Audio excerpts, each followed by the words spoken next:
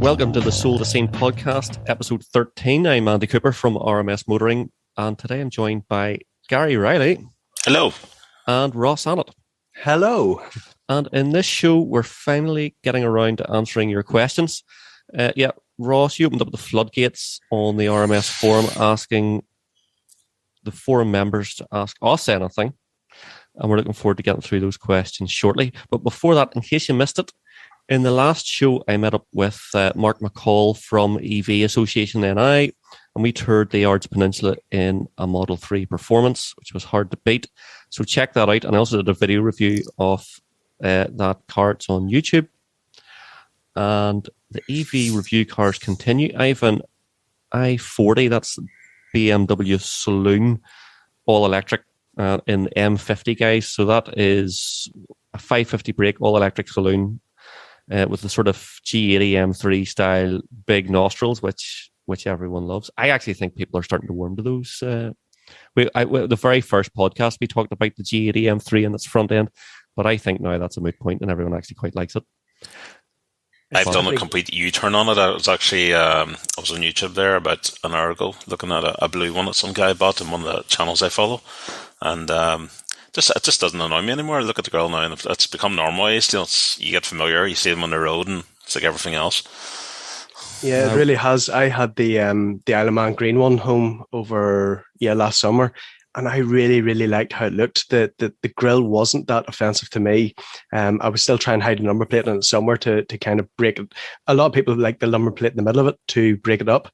Mm. I personally like the big, like, plateless look on it. The American ones run. And it's still, the M3 is a lot nicer than the M4. I just have not taken to the M4 at all. Well, look, it doesn't surprise me that you like it, Ross, because at the end of the day, you have a X5 M50D, and you're look at the size of nostrils in that thing. True. just swallowing up everything in your sight. Funnily enough, we were chatting earlier about the fact that the i4, the one I'm getting is an M50, and I just think M50D, but it's clearly not a DERV. I don't know why BMW called it that, but I'm really looking forward to getting a run out. It's supposed to be quicker over the quarter mile than the Model 3 that I handed back last week. So it's going to be bloody fast. It's unbelievable.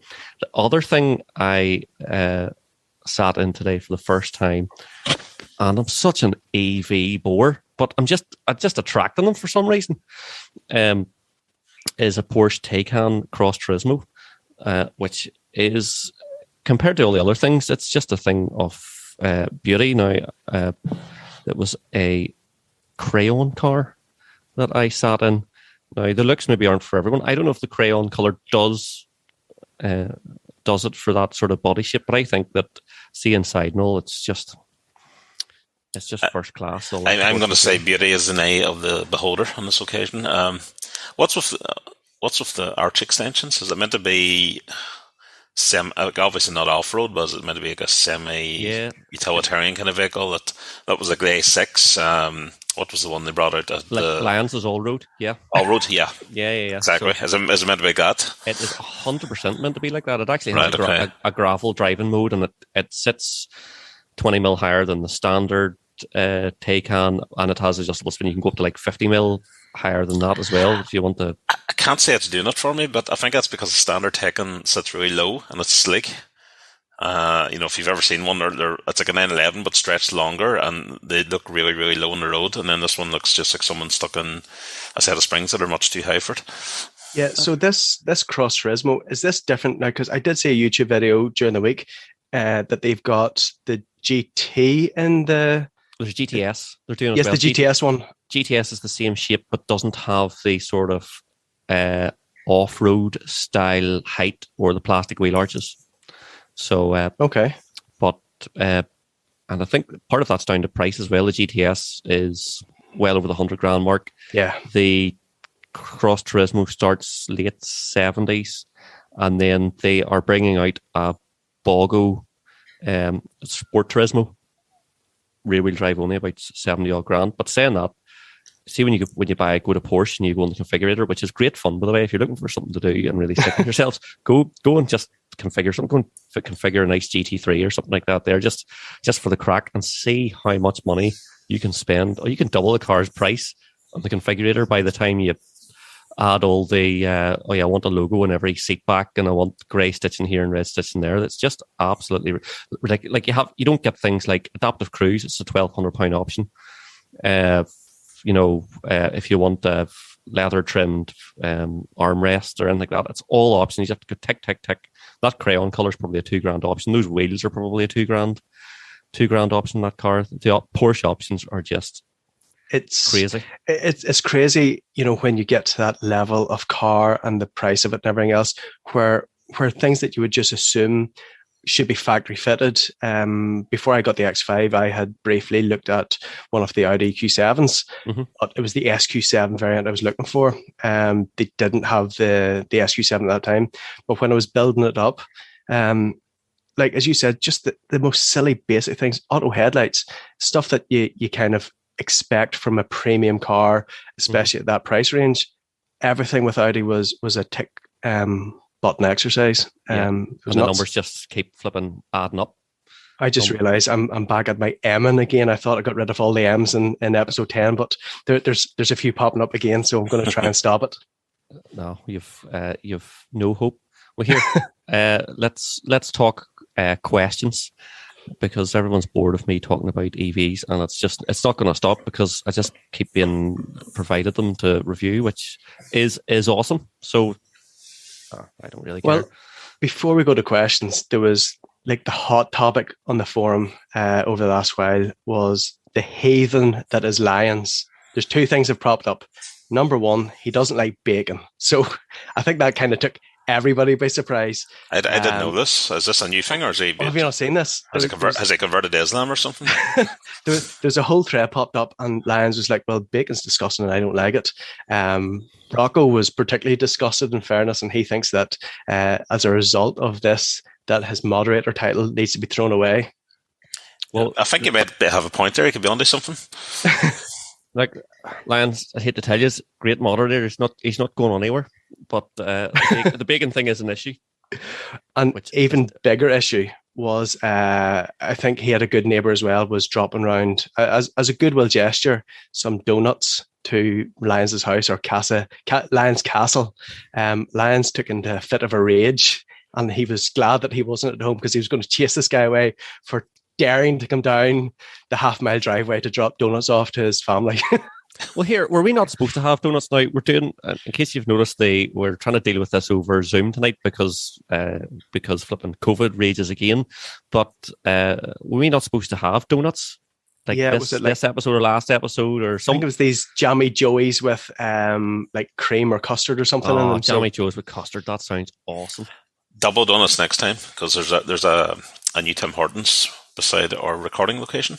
Oh, so we can head that up next time. Fantastic. Excellent. Well, here, hopefully I'll have some sort of random electric vehicle. It does have a drive-through, does it? It does, yes. Oh, well, there we go. We'll bring the kit.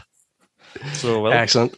Right, well, here, back to more mundane matters. If you're tuning in and expecting some sort of commentary on today's vehicles or events, forget about it. We're talking about particularly questions that forum members have asked us. If you don't know what the RMS Forum is, you're going to hear some strange names mentioned and very strange questions. Hopefully some of this will be of interest. Right, what's next on the list, guys? Right, okay. Best track day motors for under £2,000, which I think we touched on with Donal when he was up. But we did, yeah. It was MX-5, kind of was the obvious choice that Donal threw on.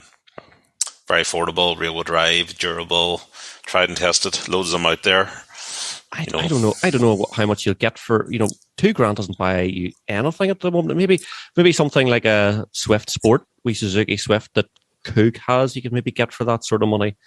But I don't know. I was looking at, I had a quick look on the Gumtree. You can maybe get a scrappy late 2000s Focus ST, one of the 5-cylinder ones. Maybe get a first generation S3, the 1.3T, but they'll be all bundles of absolute scrap. Yeah, plus the S3s were never known for being that exciting, even pushing them on the road, so I can't imagine they'd be any better on the track.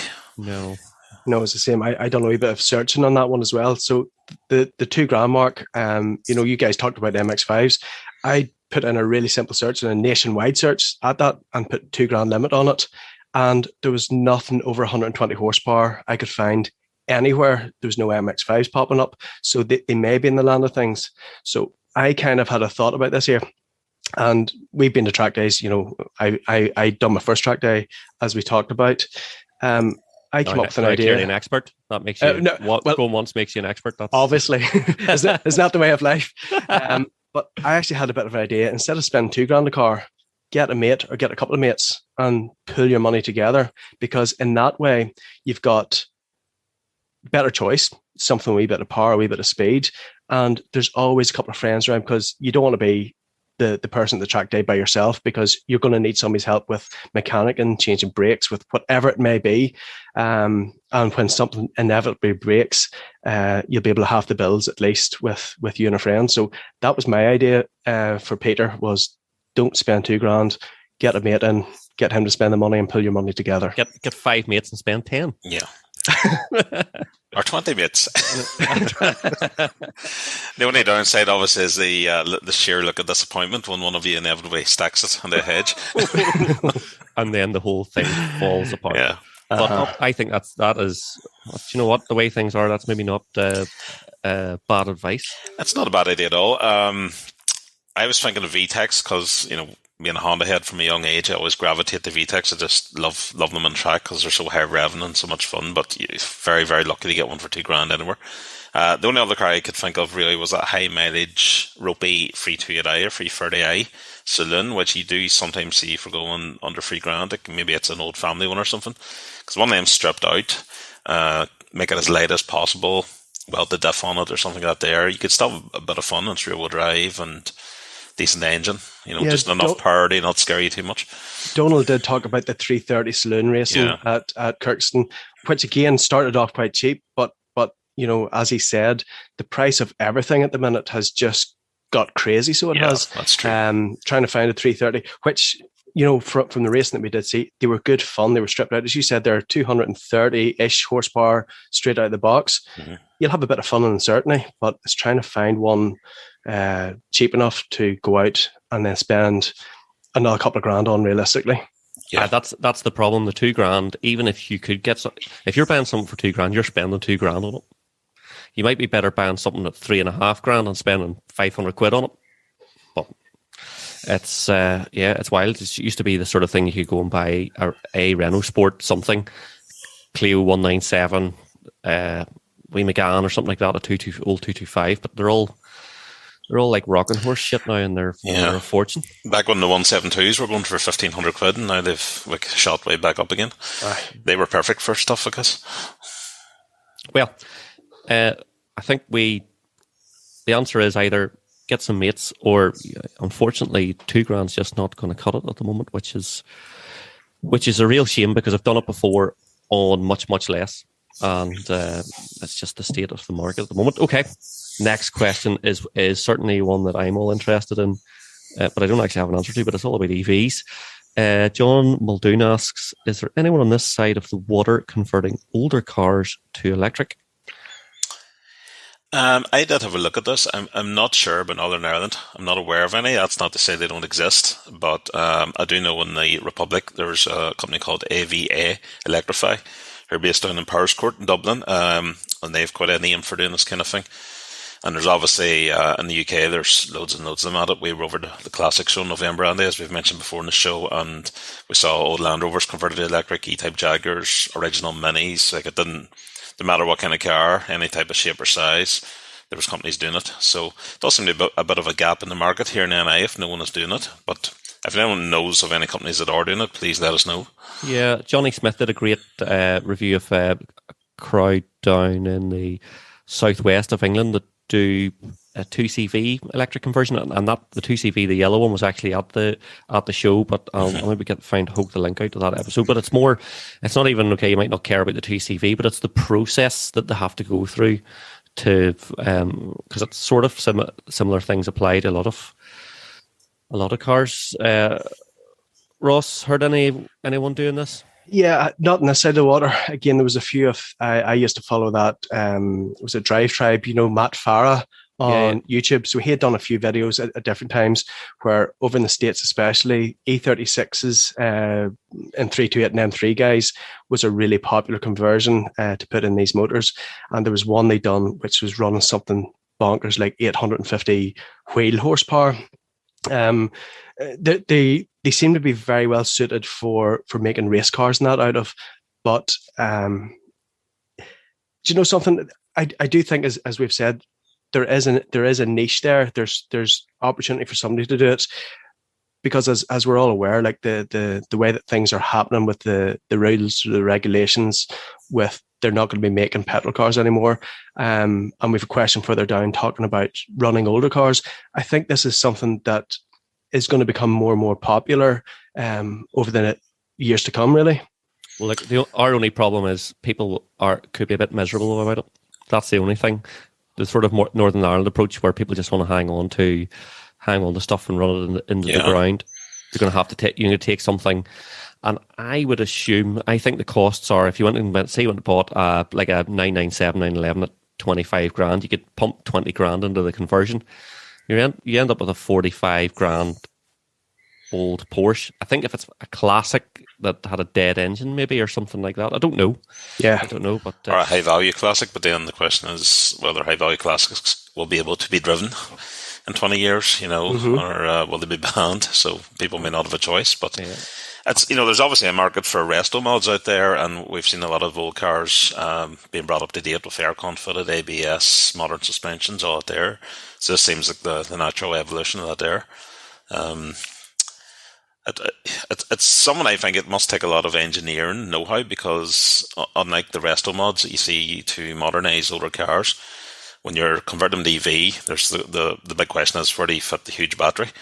So there has to be perhaps chassis work and a lot of changes, obviously, the removing the engine and filling in gaps there.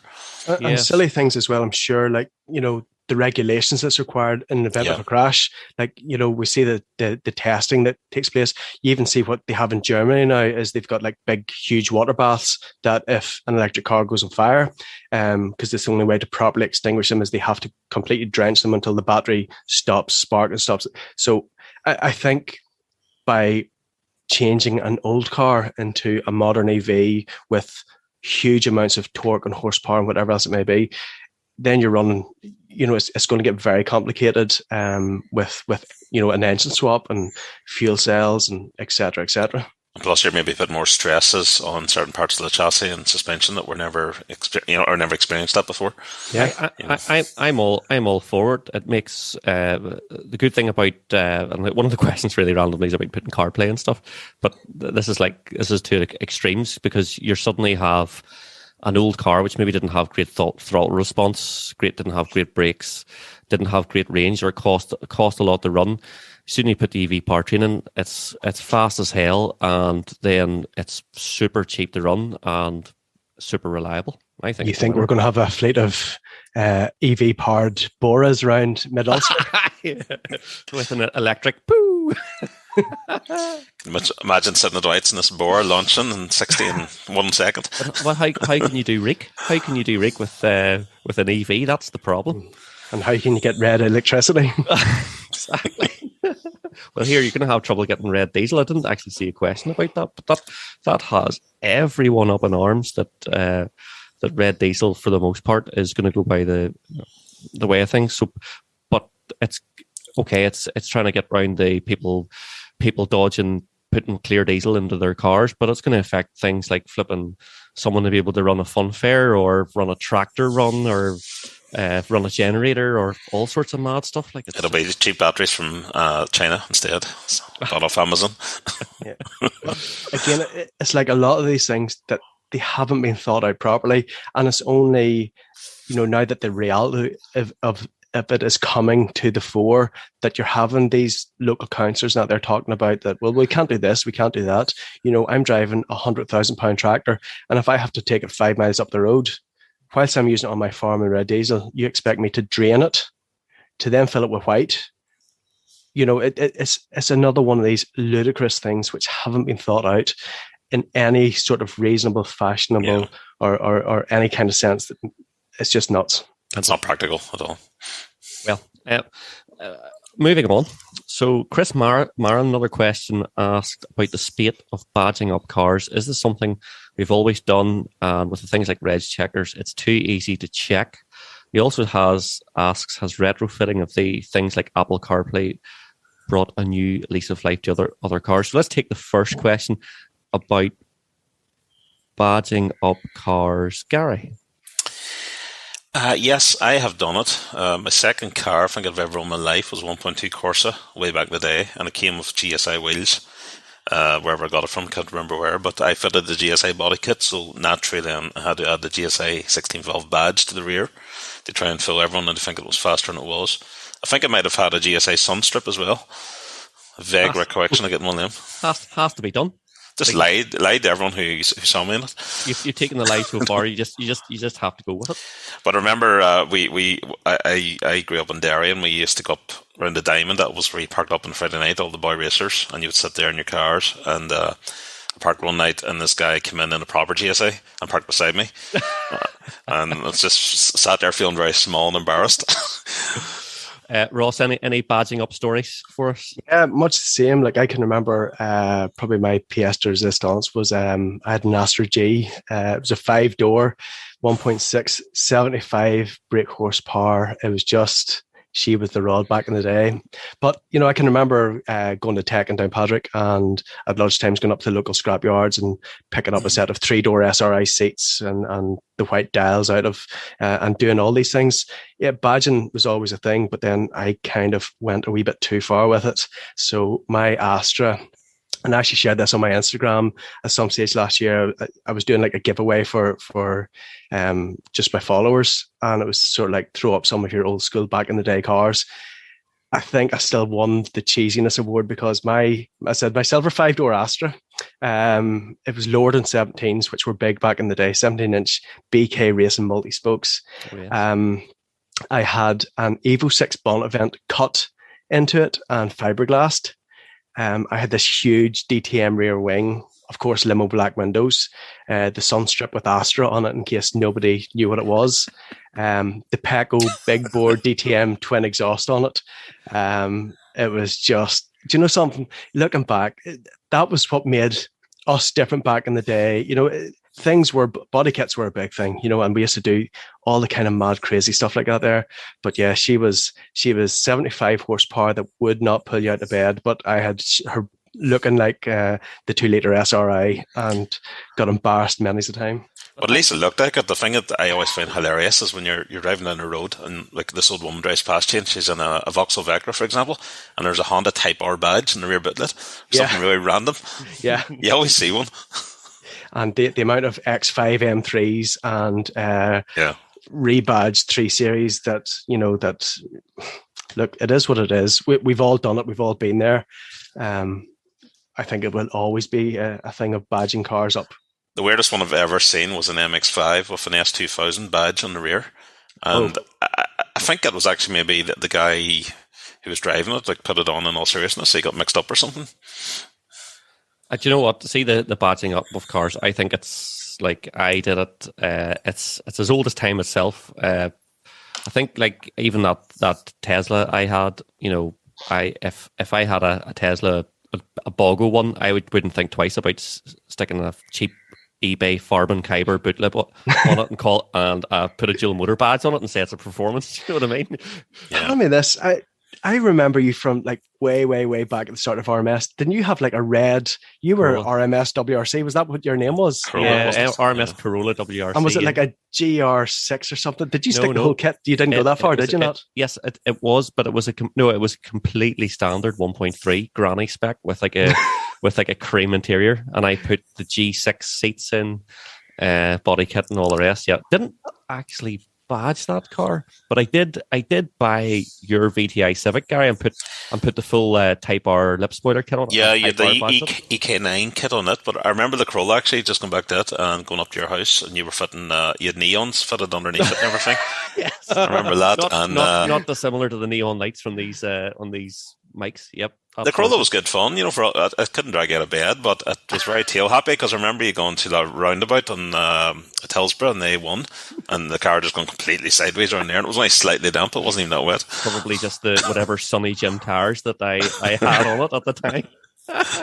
It's funny. There's Blackie of the forum, he who changes cars 27 times a year, but he's a really nice Accord at the minute, and we're all kind of peer pressuring him into putting on the Type R spoiler and that, because it really actually works with the saloon.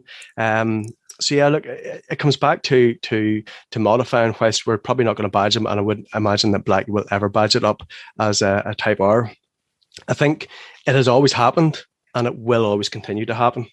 Yeah. Well, we've had a few threads on the forum recently taking this to absolute extremes. What about the was it an MR2 or was it a Fiat Coupe or whatever? There these Ferrari reps, and these monstrosities are out there, and some of them are they're mostly absolutely horrendous, and a lot of the time they're sort of half done. It's like they've went for the MR2 Ferrari exterior, but inside they've went for like a Momo gear knob and a single thin neon faced head unit and like something from like Max Power in the late 90s. It's like all the best combination. It's like all the best projects. They give up halfway through. It's just too much bother. Yeah, but you have to keep going because you can't have half a kit on the car. Yeah, it's just so random. But do you know what? I do wonder, because like you think of the pleasure, Ross, if you put in your white gauges into your Astra, and I bet you every time you looked at those gauges, every time you turn the key, you're like, awesome. Those do you know something? Just like the SRI. I was so proud of myself. I was able to pull the dash out and put it back in, because it's at the stage there where you're, I don't know, 17, 18, you're at school, you're at tech with your mates, and you think you could be working in any of these factories, because I said I switched them on, and do you know something? I think I'm going to go on for that. I think I actually changed the bulbs in behind the white dials to like tacky LEDs or something, made them light up blue or something. Yeah. You're painting your needles or anything like that there. I remember painting needles at one stage just because they were white, and whatever clocks had fitted, they had to be red or something like that there. There was a real obsession with needles and gauges and all them kind of things. Around 2001 when Fast and the Furious came out. I remember just the amount of pods that suddenly appeared that you could buy for Honda Civics, gauge pods that you would set top of the dash, to the left of the dash, to the right of the dash. Your dash would end up looking like a bloody 747. But you think of the satisfaction that you got out of something, probably look back now and goes, that sounds a wee bit silly, but at the time you felt it was awesome. So I wonder, does the guy or girl who's doing this to a 406 coupe and cutting it up and putting a 355 or a 361 a body kit on it, do they get the same satisfaction? They actually do. I had a neighbour in my old house, and he had an MR2 with the 355 Ferrari kit. And he was from Eastern Europe somewhere, but he loved it. Now, in fairness, it wasn't the worst replica I've ever seen. It was well painted and a well fitted kit. The only thing he gave it away, like most of them do, is the offset in the wheels. The wheels just sat way in on the arches. They never sit the right way. But he just loved it. He didn't care if it was real or not. He got plenty of attention, and that's what he wanted. And here, that is why we did all that stuff to our cars, because we just loved it. That's why we still do. Have you guys heard my van? Have you? No. Right, okay. So my van is an MSRT van, so it comes from the factory, kitted up, body kitted. Now, I'm a 40-something-year-old man driving around in a pimped up, from the factory, I must admit, MSRT van, but they have a Bluetooth exhaust in them. Have you ever heard Bluetooth exhaust? No, I have. Sounds absolutely ridiculous. But do you know something? You think it does, but I done the Eurotreffin show, and I had to. So we were down there good and early. I was asked to move my van back, and at that stage, there was a few people gathering around, and I got in, started up, and the sound that's on at the minute is the Mustang V8. So it's matched your OBD. So as you switch it on, it starts up with this big, deep rev rumble. As you rev, whatever else. So I drive around the place in this van, and people, honest to God, they still look at me. Did it see the next time we're doing a show? I'll take the van down. You just laugh at it. You can make it louder. Brilliant. It's mad. So, but it gets looks everywhere it goes, because people sort of take a look around. They think I've done an engine swap. So I've said to a few people, what's in that there? I goes, I stuck a Mustang V8, the 5-litre V8 into it. Have you really? I goes, no, it's a Bluetooth exhaust, man. Here, NASCAR engine, something like that, for always up for a good wind up app. So that's fantastic. Yeah. And right, I had the the Model 3 at the in-laws, and it has megaphone mode. Oh. So I was in the driveway, and I was showing the father-in-law the screen and all the rest, and there's this neighbour walking his dog. Goat! Just give him the full goat across the road. He's just looking around the place. The Bluetooth setup that you have, Ross, I saw on YouTube, a guy with a van, it's not the same van as you have, but he had it too, and he put on the F1 noise from like an F1 car in the 80s, that real 12,000 RPM. But it would come on, he'd only be doing 30 mile an hour down the road, and people be looking around expecting to see something going past at 200, and this wee van just cruises past and the big whine of it. The funny thing about it is a lot of them are now being retrofitted to EVs because we all know they're silent. So there's an i8 was driving around Belfast for a while with one of these Bluetooth exhausts on it, and he had like a V10 Lamborghini engine matched to it. So as he was driving down, and they're really loud, you as they go past you, you really do think it's a legit engine go past. So yeah, this guy was driving around with the i8 with a V10 engine sounds. It was class. Unreal. Beats the choir of disappointment that comes from an EV, though. Someone's flipping reversing or something like that. You're going to get lynched now. Yeah.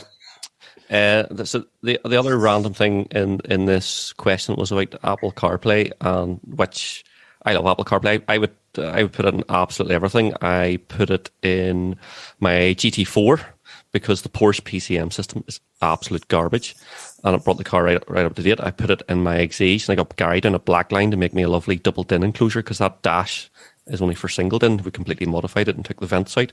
Even put it in my old Saab 9.3 I ran for a couple of years, those Pioneer SPH 120 head units. I would just put them into everything, and I have it obviously in the Yaris out of the factory. Yeah, the SPH units apparently are great, but there was one being sold on the RMS Forum at one stage a couple of years ago, and I had all the intentions in the world of buying it and sticking it into the caddy I had at the time, but I got mine swept by RMS Cooper himself. Look, snooze, you lose. And I probably paid pretty little for it as well. No, not you. A Ballymena man paying little for something. I'm not a Ballymena. Anyway, so on to our next question. Alan ALN regrets selling his R53 Cooper, which is, I presume, one of the supercharged early cars. What car got away from us that we would like to have kept? Great question, Alan. Gary? Too many to list, honestly. I've had that many cars which would now be considered modern classics, the Integra Type Rs, Focus RS, all models of M3s, things like that there. But usually I would want to held on them because of financially. They've all appraised now, they've all gone up a bit, so it'd be nice to have had them in the garage. But for pure driving enjoyment, I think it would be the Tommy Mac Mitsubishi that I had, or else the Mark IV Supra Twin Turbo. They're both just lovely things to drive in very different ways. Tommy Mac was like a more extreme version of an Integra Type R, and how hardcore and raw it was, but just absolutely unbelievable down a back road. And the Supra I had immediately after an E36 M3, so similar kind of power. They're both 321 horsepower, but the Supra was just a little bit later. All the controls, the gearbox was a little bit later, and not a particularly big car on the road, and it was just a pleasure to drive, really. It wasn't even tuned or anything, but a manual Mark IV twin turbo Supra. I've maybe driven an auto one. I've driven an auto one, but never driven a manual. They are just unicorn car now. Unbelievable. Yeah, unicorn car. Again, I was a passenger in an automatic one. I've never been in the manual twin turbos. And it's really interesting, Gary, to hear you saying you came from one after an E36 M3, and they were 321 horsepower. I always would have assumed that the Supra had more power and it was a bigger, kind of boatier looking car than the M3. The Supra looks bulky even to this day, but you see photos of one parked beside an R35 GTR, for example, and they look tiny. They're not actually that big, but it was just, I think the shape was very deceptive. And it definitely didn't feel boaty. They were actually very well set up on the road. It was really a good competitor, I think, for the E36 M3 and the time it came out. Both kind of two doors, and somewhere, I don't know what the costs were, but I think there were some there. Wow, they really were. I see our Kings are raffling off at this minute in time. It must be a fresh Japanese import, a white one, completely factory. It's making me think about buying a ticket. Likewise. I'd have to go for one. I didn't know this until you mentioned it, and now I'm like, maybe have to check that out after this. For me, you're absolutely right, Gary. It has to be something that drives well. We've fairly similar interests in cars, I think. And I remember I had a UK spec Championship White Integra Type R, which was in super shape. This was, I don't know, mid-2000s at some stage.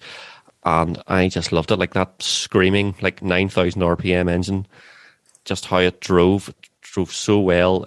Those seats, those red Recaros, fantastic gearbox. Like it was just such a package. I only had it for about 6 weeks because I was getting offered good money for it and away it went. And it's one of those things, isn't it? You just, if you had all the money in the world, you could keep these things, but never in that position. Yeah, well, they're fantastic cars. There's little has been said about the Integra Type R. You look at any kind of list of top 10 front-wheel drive cars ever made, and they're usually near the top. What about yourself, Ross? Any that you wish you held on to? I'm probably different from you guys. I listened to you talking about, buying and swapping, buying and selling cars within very short time periods. For about the last 14, 15 years, I've been like leasing cars and that there. So any car I get, I've kind of had for 2.5, 3.5 years at a time. So everything I had in that kind of period, I don't mind. When it came time for them to go, it was time for them to go. In the middle of this year, I've had a couple of different cars, and the one that I probably do miss, the only Japanese car I've ever had in my life was 1991 Toyota MR2. She was the T-Bar. Came in fresh from Japan, and I got to work on it. It was one as well. Looking back in RMS threads, it was painted House of Colour Candy Orange. It was lowered, despoilered it, had the sound was system. that a 2-litre one or a turbo, or what was it? She was just a 2-litre 16 valve. She was a non-turbo, and I'm actually kind of thankful that it wasn't the turbo because I was doing enough damage in a non-turbo one. I had passenger runs in turbo ones, and I found them very, very snappy, very hard to kind of. I got this MR2 thinking I'm going to be like a drift king in that there, and it was the hardest car to try and mid-engine, hardly. Yeah, it was a nightmare. Right. But I said it's the only one that I kind of miss out of any cars I've had or any cars I've got rid of, because it was my only Japanese car, and it was different. It was styled obviously very much back in the day. It was the Fast and the Furious time, so I had it House of Colour Candy Orange. It had 18-inch chrome rims on it. It all sounds horrendous. Underbody neons, much like Andy driving around in his Corolla. And it sounds horrendous now, but back in the day, that thing was just something else. And I did love it. It was a 2-seater car. It was just really actually nice to drive without pushing it too hard. There's something about a T-bar, isn't there? Getting the roof off and get the wind in your hair. Get the wind in the hair. I love that about my Lotus Exige, getting the roof off. Except one time, just after I got it, I took it to Down Royal Cars and Coffee, and I remember Chris Burns I was chatting to there. I just got the car and it didn't have the soft top for it, so I had just left the hard top at home, and it was a nice day when I went down, and it started to piss. Followed by a prompt run home, and I was soaked. Trying to outrun the rain. I know. Okay. Father Stack asks, is it getting harder and harder to daily an older performance car? Mr. Stack is asking because his M3 has been off the road since before Christmas week. I think he has, it's not an F80, he has an E92 V8 one. He's been off the road before Christmas and essentially been without a car for a month now due to mechanics being outrageously busy, finding someone willing to work on it, and long lead times on parts. What do you reckon, Gary? I think it really depends how old you're talking. If it's an E92, obviously it's not the oldest out there. I don't actually know what's up with his car. I haven't read the Fred, but I know they have the rod bearing issues that they suffer from. Excuse me. I think any older cars will suffer over time from worn out suspensions, broken components, rust, all the kind of obvious stuff. But I don't think, since the 80s and 90s, certainly the engines have got a lot more reliable and a lot more marked on how hard you can run them once they got, into the ECU age and fuel injection age. The downside of them now, obviously, is that an older performance car just really doesn't match up in performance to a modern diesel even. A 150 brake diesel nowadays will show many the road. But either way, with an older car, you just have to be mentally, financially prepared to pay more visits to the garage, or else get your hands dirty more often. Yeah, I wonder, is it something like running older car performance car fatigue, as in it's great at the start, but then once you get sort of 2 or 3 years into it, then it just becomes maybe a wee bit monotonous, because you will have sort of more bills than you would have your daily diesel, or maybe would you, with turbos and DPFs and all the rest. But something like an M3, which is sort of the pinnacle of the do-it-all daily and performance car, like it could cost twice the amount of an ordinary car. Like I ran an E46 M3 for 3 years. Well, in fact, my wife drove it mostly, but I spent a lot on it to make sure it was always perfect. And I probably went overboard. You sort of overcompensate, so you get proper tires and gets everything it needed, just way over and above the normal driving. And I think that can, just over time, it just sort of takes it out of the wallet, you know. The other thing is dailying something like an M3. It sort of spoils the specialness of a car, is the only other thing I would say as well. So you don't get that jumping out of 150 brake diesel daily in the 400 brake weekender going, oh my God, this is so quick. You know, you're like, so, whereas you're just driving like that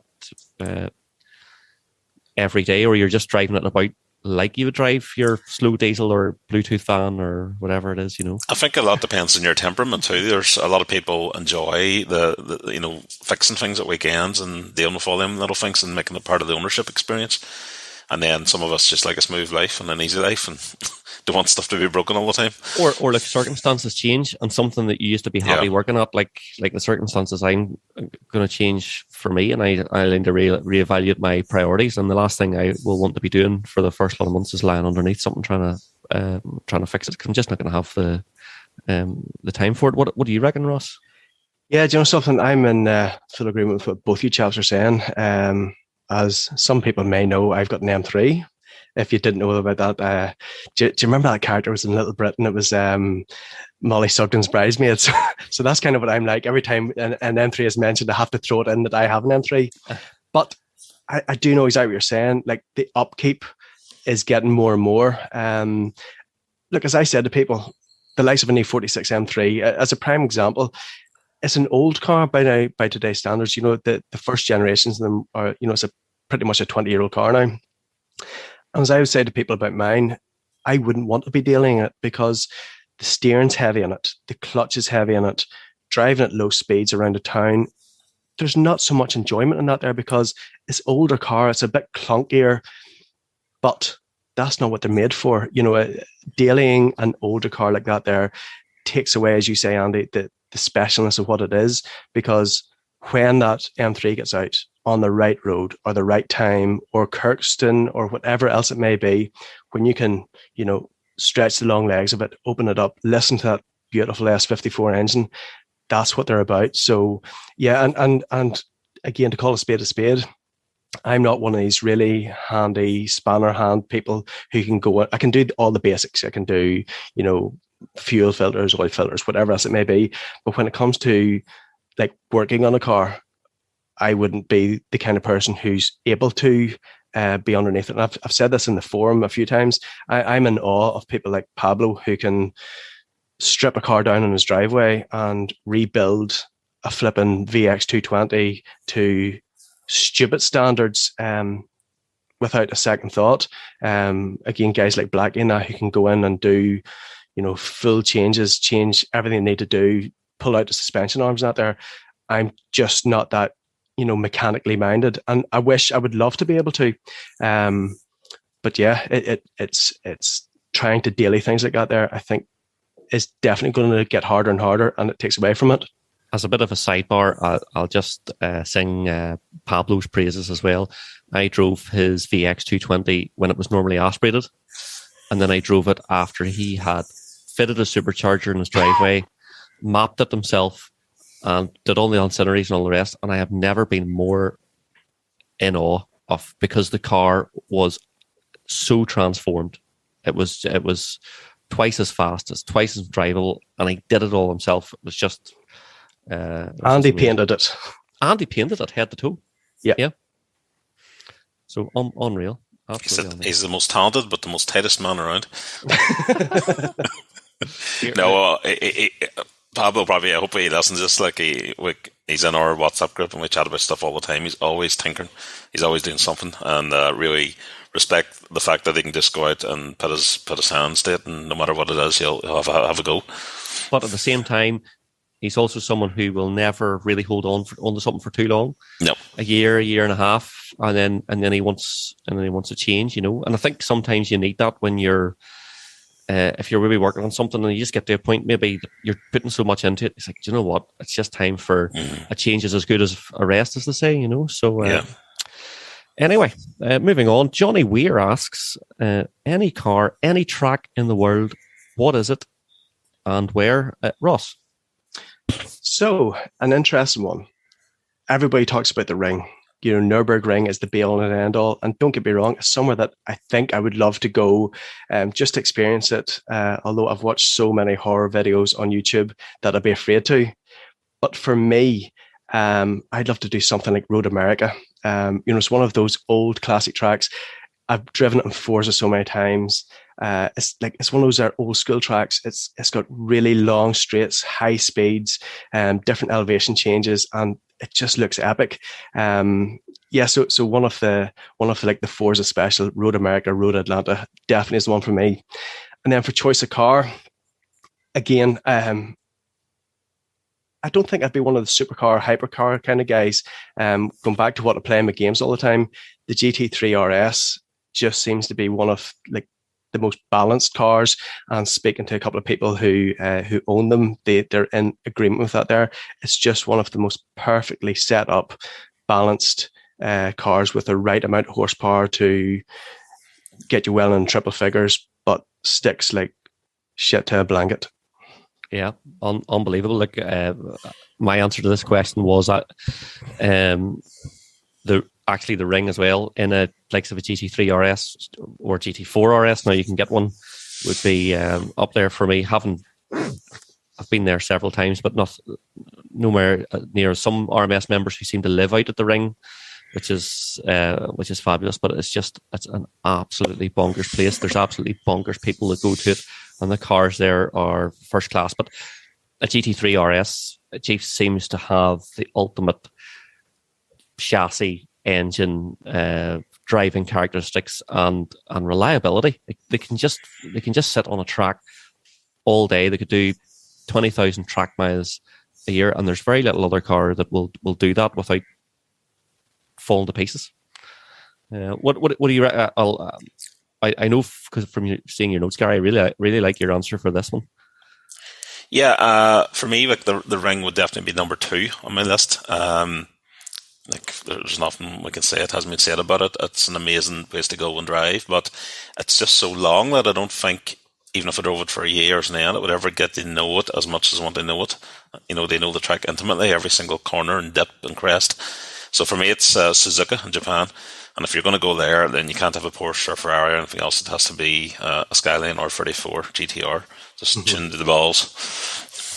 Now you're talking. That is absolutely awesome. And I would love to go. We've never been to Japan, and just when we interviewed Chris Gray, and it's still just what a place. And Suzuka as well. Suzuka is the circuit from those best motoring vids from like the early 2000s, where like it's like Civic Type R versus Nissan Pulsar VZR1. Always lots of white cars lined up beside each other, Type R badges. Yep, and you always had the wee camera over their feet to see the heel toe. That's right.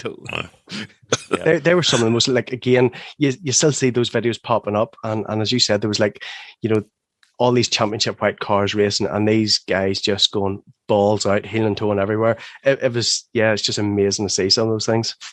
And it's not really a circuit per se, but I do wonder what the Group B rallying era was like as well. In like a S1 Quattro or a flipping Lancia or a T16 205 or 6R4 Metro or all those sorts of things, doing all those absolutely crazy courses would have been some crack as well. So I think hot, sweaty and intense is how it would have been in those cars. Absolutely unbelievable. Great question, love that one. 407, he's got an underscore in there, HDI asks good routes and things to do on a road trip. Wee Loney has just completed a 400-mile trip on Sunday just for the funny. He went from Enniskillen the whole way across the east coast, over Strangford, up to Coleraine, Stroke City, etc., avoiding Larne apparently, and back to Enniskillen via the Maiden City just for the fun of it. So, Gary, what do you reckon? For me, it's probably the west of Ireland. I've been down there the last couple of years to a few different places, and some of the best scenery I've seen in a long time. The roads are brilliant too. So Ring of Kerry is an absolutely fantastic drive, so as well Atlantic Way. And the great thing about Ireland, as we all know, you can be down there and back in the day if you desired, or go down and stay for a few days and have a holiday. Also keep thinking someday I'll just jump on the ferry first thing, head over to Scotland. We'll be there in a couple of hours, drive up around the Highlands, book in the hotel for 50 quid a night and do it again the next day and head home. Been thinking about doing that for years, and like everyone else, I've just never done it, but it's on the list. I would highly recommend it. I've written about a few trips, and one I did very recently was last summer in the wee Yaris. I did 1,000 miles around West Cork. I'll stick that link in the show notes, but that was just absolutely epic when you get the far side of Cork and the way down past Bantry, and that part of the world is just absolutely stunning. And then about 4 years ago, wife and I took my Lotus Evora and we did the sort of parts of the North Coast 500 in Scotland. It was sort of like Skyfall, Aviemore, up around Fort William and all that sort of carry on. Mm-hmm. Also absolutely amazing. And I was just, and there's a few other guys in RMS have done that trip. I'm thinking of Spain and a few other ones. So Woodcutter's done it and what? I don't think there's a single person has done the Skyfall drive without stopping and taking the photo. Yeah, absolutely. It has to be done. What about yourself, Ross? Are you a road tripper? Do you know something? I haven't been as much as it pains me to say and admit it. You know, I've done the Wild Atlantic Way because I scuba dive, so I do. So a couple of times a year, we would me and some of the boys we would head up around Malin Head and that there, and normally we try and take in a drive and catch some of the scenes, and it's beautiful.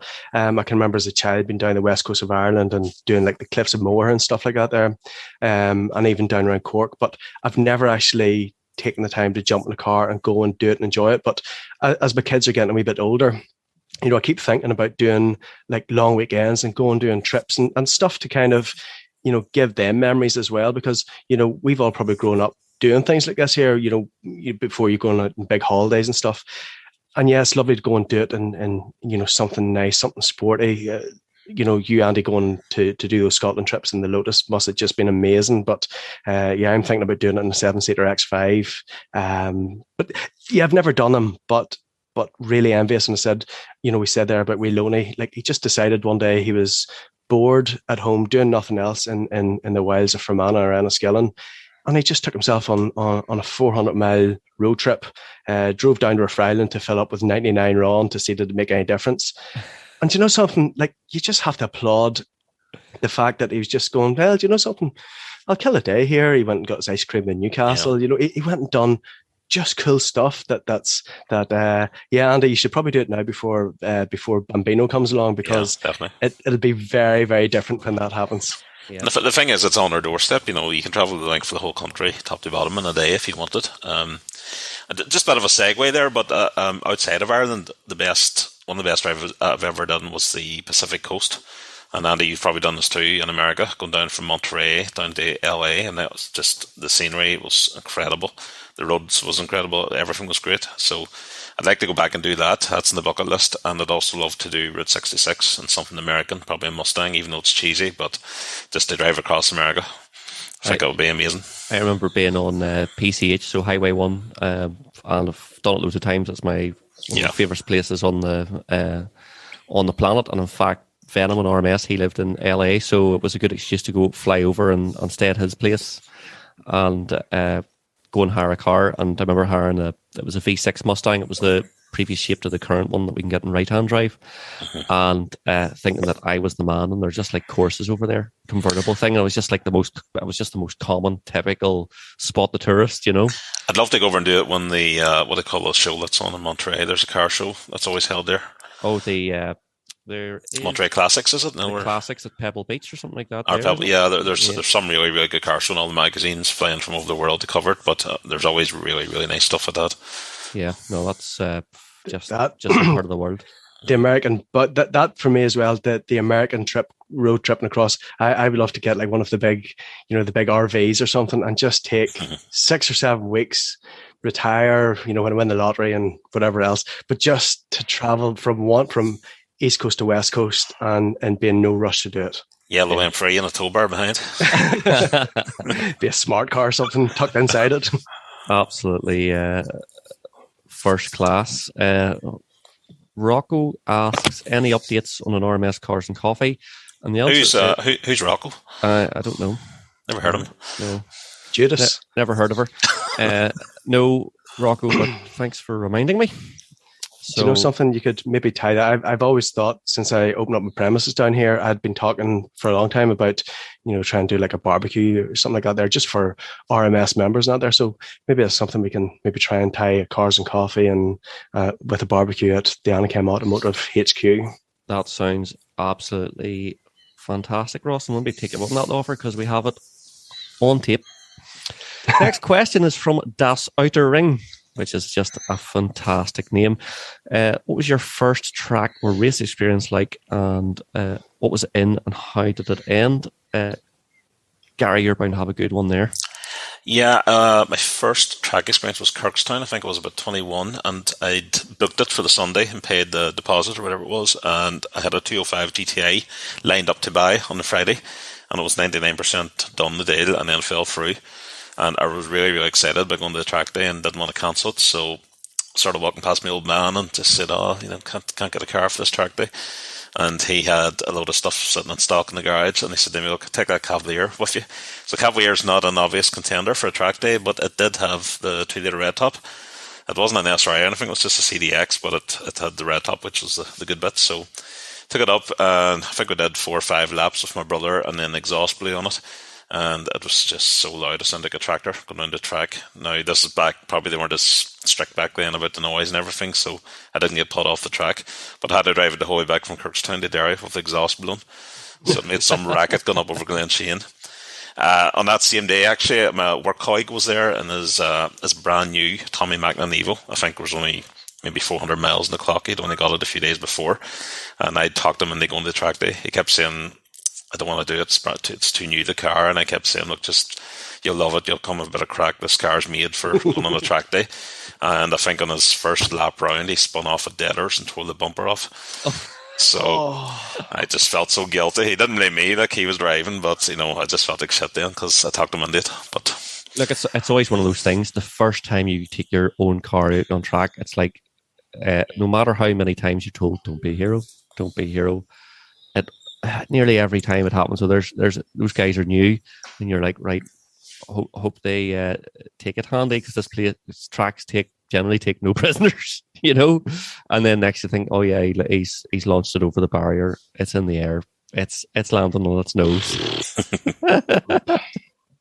I remember the first time I went down to Kirkuson. Not sure if I mentioned this when Donal was on the show, but I don't know, I was like 16 or 17. I was waiting to get across the track at the barrier, and a car smacked the Armco right beside me, but there was a barrel on the other side of the Armco, and the Armco smashed into the barrel and sent it flying right across the front of my feet. It nearly took me out, and I was like, all right, this place is for real. That happened to me about 4 years ago there, actually. It was very similar. It was an oil drum, and it just went flying. I think it was past me and another guy, just missing our head by a few inches. But I think thankfully, I don't think that's the case down at Kirkuson now. But it's just they just take no prisoners. I remember one of the other times I bought you were saying about Ross about buying a car between friends, and Robert and myself, mate Robert, had bought a GSI Carlton. It was 450 quid. So it was 225 quid each. So that was the sort of numbers you were talking about back then, like the early 2000s. And first track day I took it to, did the head gasket. But sold it to someone in RMS, got our money back, and went and bought another one. Did you tell them about the head gasket? Well, it was like chuck, chuck, chuck, chuck, You couldn't hide it. Lots of mayo under the cap. It was just like, yeah, keep feeding it plenty of water there. It's a box range and just ignore it. I'll not do it today, but I must tell you about the time that I went to do the, it wasn't the Autocar Sideways Challenge, but it was something like that over in England. And the car I went to buy to use it, I had blown up my Skyline. I went to buy a 200SX, and the 200SX was broken. So, but that's for another show, and it was and I was stuck in England with it, and I was going to. I think that was a whole hoo-ha. So, but we'll save that for another day. And Ross, your first track day experience, I was there for it. Yeah, you were there for it. I spoke about it on episode 10. Do you know something? It was just one of those like amazing experiences that I do think anybody who is a petrol head, anybody who loves a wee bit of speed, a wee bit of sound, just that feeling. Track days are something special. And apart from going a wee bit sideways at the very end when I got caught out, apart from that there, I survived completely unscathed. But I didn't really, because it gives you this buzz that you just want to do it again. I've been, after the episode with Donal, I was looking up all the track skills days and that there, because I really am keen to go out and having a couple of goes with the M3 just to give it a push around it, because excuse me, it lights a fire under you. There's just something about doing a track day where you can carry that bit more speed legally without doing something silly on the roads and getting yourself in a rake of bother. As Donal said, there's a couple of decent runoffs in Kirkeston, but yeah, that was my first track day, but it definitely won't be my last. Yeah, it just is the place to explore your car safely, but you can really see what it can do. So the next question is also from Das Outer Ring. You can only choose one, your dream car for a year and no cars after it, or a poverty spec Fiat Multipla for your remaining years and nothing else. Your dream car for a year and no cars after it, or a Fiat Multipla for life. No, that's a terrible question. I'm not even going to. Do you have any thoughts on this? I think that's just shit. Next question. Quattro Rick in his Fiat Multipla, terrible 1,000 horse V10 RS6 wants to know all of our VMAX. Ross, VMAX. Yeah, I think around 165, 170 on private roads, obviously. Gary? 155 and an M3 bouncing off the limiter, which wasn't removed, unfortunately. I don't know exactly what speed it is, but in my D-restricted remap 335D, I was in the diesel gauge, which is plus 170, I think, on the Autobahn. That was a very sharp car, wasn't it? It was hilarious. It was great. An auto-tune map just absolutely transformed it. I'm trying to think if I've been... It's one of those things.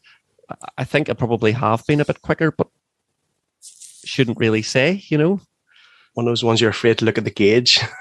Yeah. I think it was in something I was talking about in this podcast that maybe I was quicker in.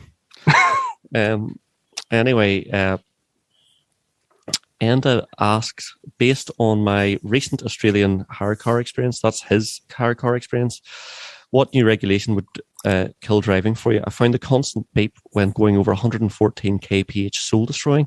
Oh my goodness. So in Australia, they have a speed beep at 114 kilometers an hour. What's that, about 70 miles an hour? 70, yeah, about 70 miles an hour. Yeah, soul destroying to the point where if I lived here permanently, I don't think having a half decent car would be a feature.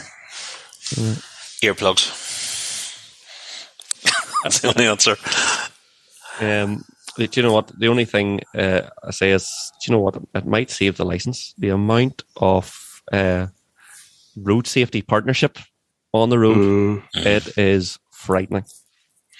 It is frightening. And do you know what? It's probably in places where people shouldn't be speeding to.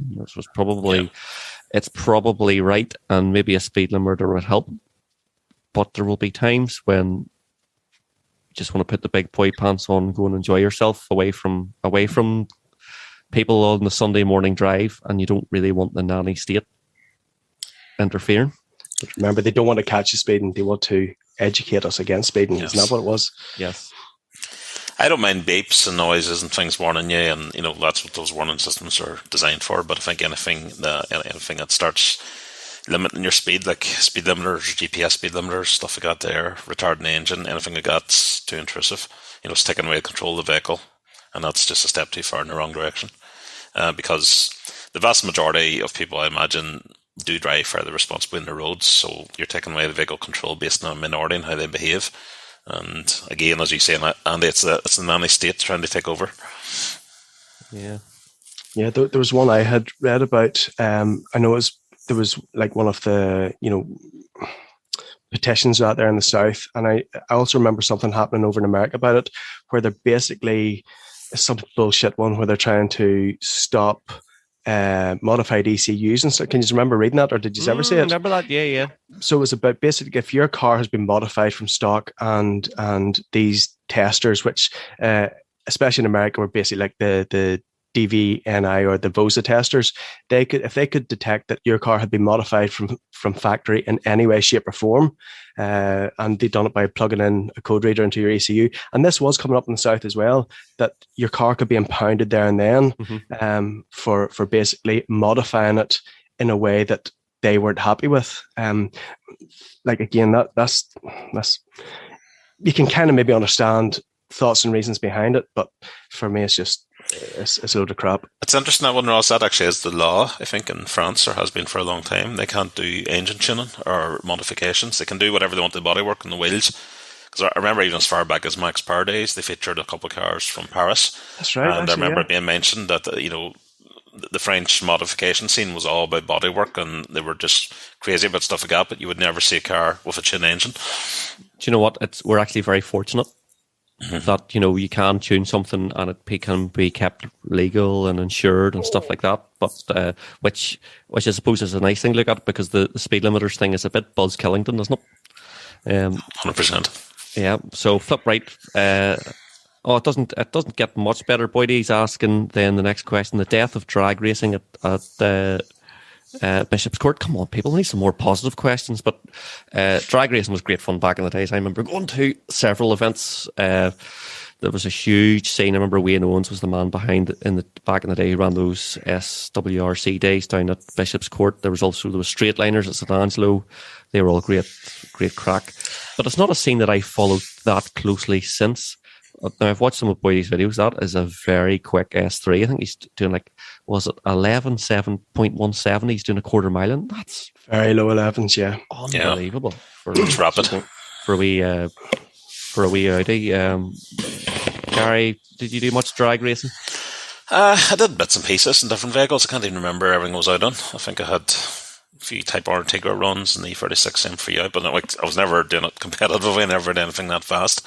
It was just for fun. But drag racing obviously has been around for a very long time. They were doing it in the USA in the 50s and 60s. It's kind of where it became popularised. But I think in the last 20 years over here, it was really since Fast and the Furious came out that kind of just grabbed the imagination of the cruising scene and the boy racers, and that's when the events here began to take off. Obviously that film had a lot of drag racing scenes in it, although it's now moved away from that to international espionage and space travel. So, it's sad to see any event die down, but I think it's just a sign of the times. The scene moves on and something new will take over. It does move on, but again, my YouTube feed is full of different things, and the big thing that seems to be happening in America at the minute is these Teslas rolling up and destroying everything all around. Yeah. That's one part of it that, look, it's definitely really appealing. I was never into drag racing. There had a few, traffic light drag races and stuff like that there, as we all did back in the day. Had a couple of races out at Bishop's Court and that there. And there's something actually really fun about, being in a very similarly powered car to whoever your mates are. I can remember having a Mark IV Golf. It was a GT TDI. It was remapped to, again, OBD auto tune, remapped 170, 180 horsepower, and I was racing a friend who had a Celica VVTi at the time. And it was really interesting to see, because we're horsepower were probably both very similar, but that Golf was very quick. And again, I beat him in 3 or 4 races. And again, I suppose it's a wee bit like the track days and that there was a real buzz to it. but the scene kind of did die over here. But I would love to see the likes of a few good races and Teslas just turning up and annihilating all around them. I found the thing with drag strips was that it's like track days. It seizes you really, really quickly, even within the space of a few hours. The very first time I went out, the first run was just pure crack. I was sitting there, I'd never done it before. But second, third run, you're sitting on the line and you're kind of thinking, well, I need to improve my response time here and I need to get better traction off the line. And you're starting to think about it more seriously, even by that stage. Yeah, the Teslas, was it Gary yourself who had sent us a video which was Bugatti Chiron versus a Model S Plaid? Yeah, and there's various other things in the video. There's a GT3 RS, I think, and a P1 McLaren of some kind too. But yeah, the Tesla is just, you just giggle at it. You know, it's just this family saloon-looking car and destroying everything. Yeah, my phone bings all the time with CarWow. I follow them on YouTube as well, and they seem to like really specialize in drag racing everything that they possibly can. I watch a lot of their drag videos. They're really good. I think we should. I will reach out to Matt Watson and he can decline our invitation, or maybe he'll come on. But he likes to talk for sure. Absolutely. Okay. Next question. Big Ratty, having sort of half reached the point of becoming a bit disenfranchised with cars and motoring stuff, what solutions to the issue did you find that rekindled a fresh outlook on owning a car and modding? Gary, what do you reckon? I don't know. I think like everything in life, you just have to switch it up, take a break from it, come back to it, try something new, try changing things around. I'm finding currently that having an 8-year-old who's just suddenly developed an interest in Teslas and Lamborghinis and things like that there is kind of sparking my own interest again, although it's a very expensive way of getting back into car ownership. Well, but Annie, you've taken this route now. You're having a child just to try and renew your interest in cars. Citroen, Zara, Picassos.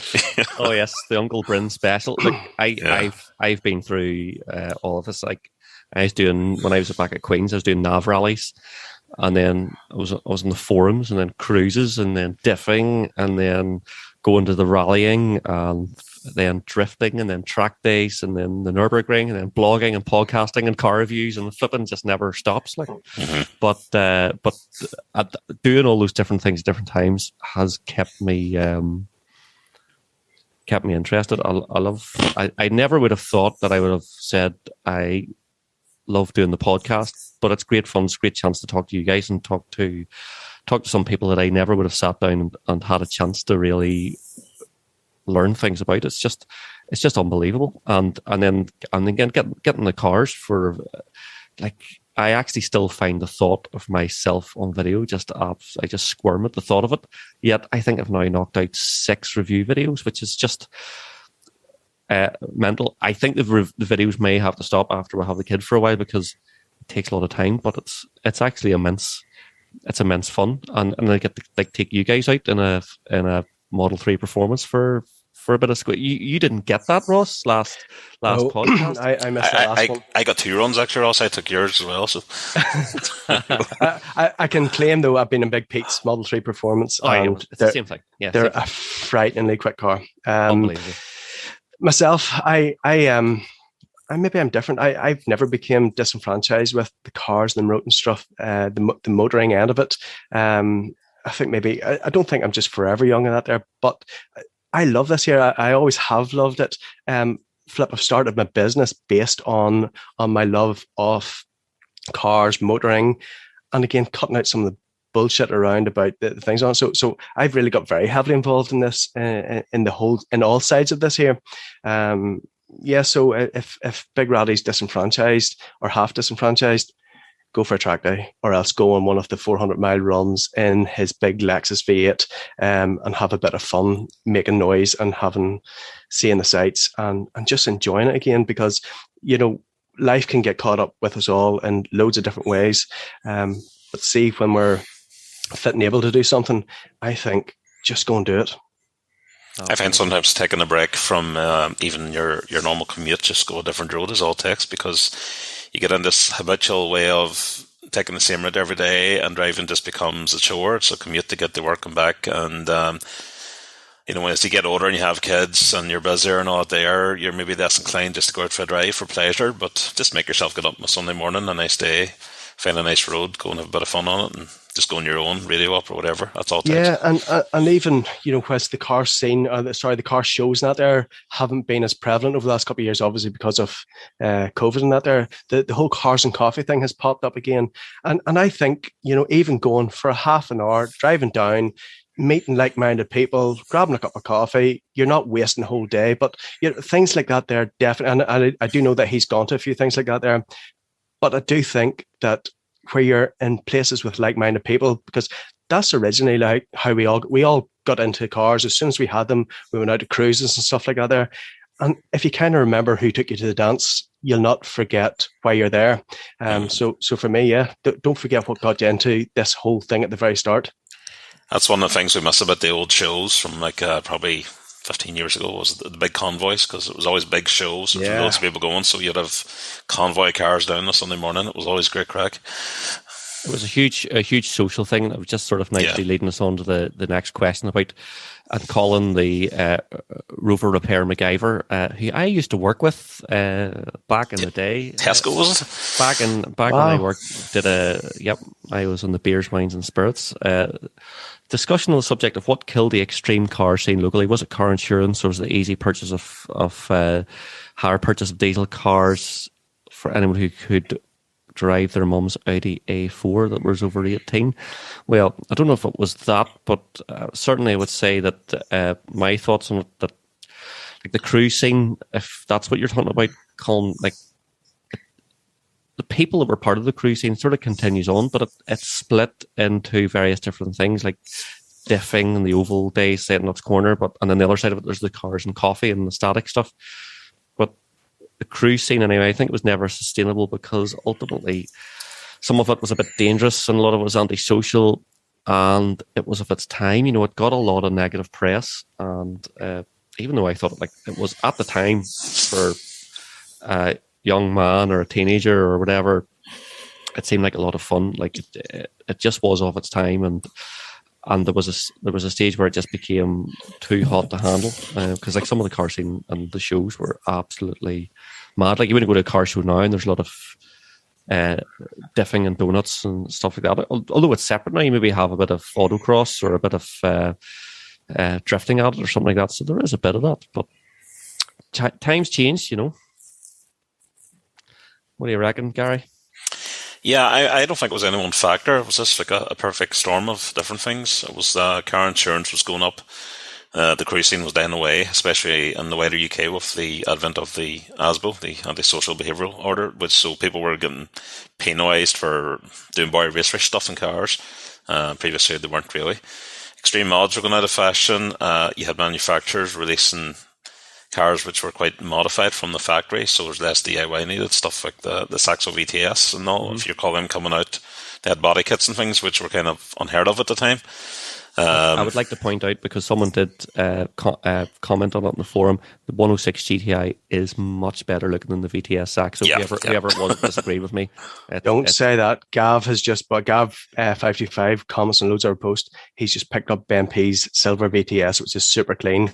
Although I do agree that the 106 GTI was definitely meaner looking. They just had something, didn't they? But then you had manufacturers also bringing out cars have bigger wheels, they had infotainment systems, body kits. So the manufacturers really were trying to capitalise on what the modifiers were doing. But then because of that, the modifying scene was dying away to a certain degree. You had more leasing rather than purchasing, so you couldn't really do much to the cars. And then I think the final thing was that the internet was taken off, and people were getting their fixes and their discussions online rather than in person. True.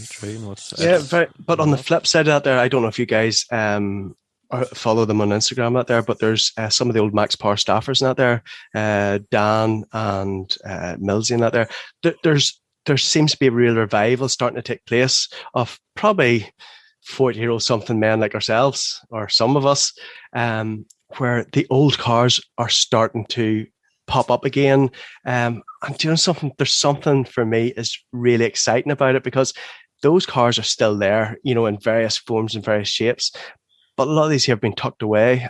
I'm like I'm stupidly excited and giggly about the thought about some of these fiberglass wonders coming back out again, because it's cars that people, I genuinely do say it. I think when we were growing up, we were really in the heyday of the max power generation of the cars, of the body kits, of the wheels, of the sound systems, of the cruises, of the diffing, of all those combinations of things together. And there does seem to be a wee bit of it starting to come back in, and I love seeing it, and it has made me really excited to follow these guys on Instagram and see what's still out and about there. It's a real nostalgia trip, isn't it? Yeah. I like the next question though, on wanky window stickers, unquote, and some of the port's finest. I did see a cracker on a back of an A5 on the thread in RMS. Part-time farmer, full-time charmer. If you are the owner of that A5, we want to hear from you. Get in touch at pod@rmsmotoring.com or at RMS Motoring on the socials, because we want to hear some of that charm. Anyone else, any classics? I hated seeing Babe on board whenever someone drove fast and you look, and it's a complete munter in the front seat. There's always a few around. I remember seeing one, and I laughed my head off. It was this old man, probably in his late 80s. He's crawling along 20 miles an hour, as they do, and someone scrawled in the dirt in his driver's door, "If you think this car is dirty, wait till you see the driver in action." There are some good ones, but there's all the reprobates, like the powered by Buckfast, the no smoke, no poke. I saw one, property of the credit union. That really is mid-Ulster's finest. And then of course the cringy one, like my other ride is your ma. It's just all the stuff, but some of them are desperate. I did go on a wee bit of a hunt to try and find different ones and looking up Pinterest and that there, and frighteningly, felt spec was one of the things that was popping up on Pinterest. It was mad, and I hope it stays there. So felt spec used to be a derogatory term, so now it's been formalised. Yeah. Do you know what? At the same time, I bet you those guys who flipping cut the springs and do all the things they probably shouldn't be doing, all the rigging and all the rest, they probably still get the same satisfaction that I got when I fitted neons back to my Corolla back in the day, or you put your dials into your... Oh, yeah. There's no doubt about it. And look, this is what things are nowadays, and most of it is a bit of bantering out there. It's just the different times. Sorry, just before I forget, on the subject of wanky window stickers, I remember someone years ago handed me a couple of RMS ones to put on the side windows of my car. I think I got ones, but even back in the day when vinyl was cheap, they were still like £9 or £10 per sticker. Oh, yeah. well priced. I sold free. To me. To you. Oh, very good. Well, I think that's a fairly comprehensive roundup of the many random questions of our beloved members of the RMS Forum. And I think we will pull this podcast in and check if it needs a bit of servicing. Anyway, thanks for listening. Remember to like, subscribe, do the things we're supposed to tell you to do. Hopefully you'll give us lots of stars on iTunes and all the rest. We're everywhere at RMS Motoring on the socials and on rmsmotoring.com. And you can email us at pod@rmsmotoring.com as well, or on the RMS Forum podcast section. Thanks for joining us. And remember, there's no warranty. This was sold as seen.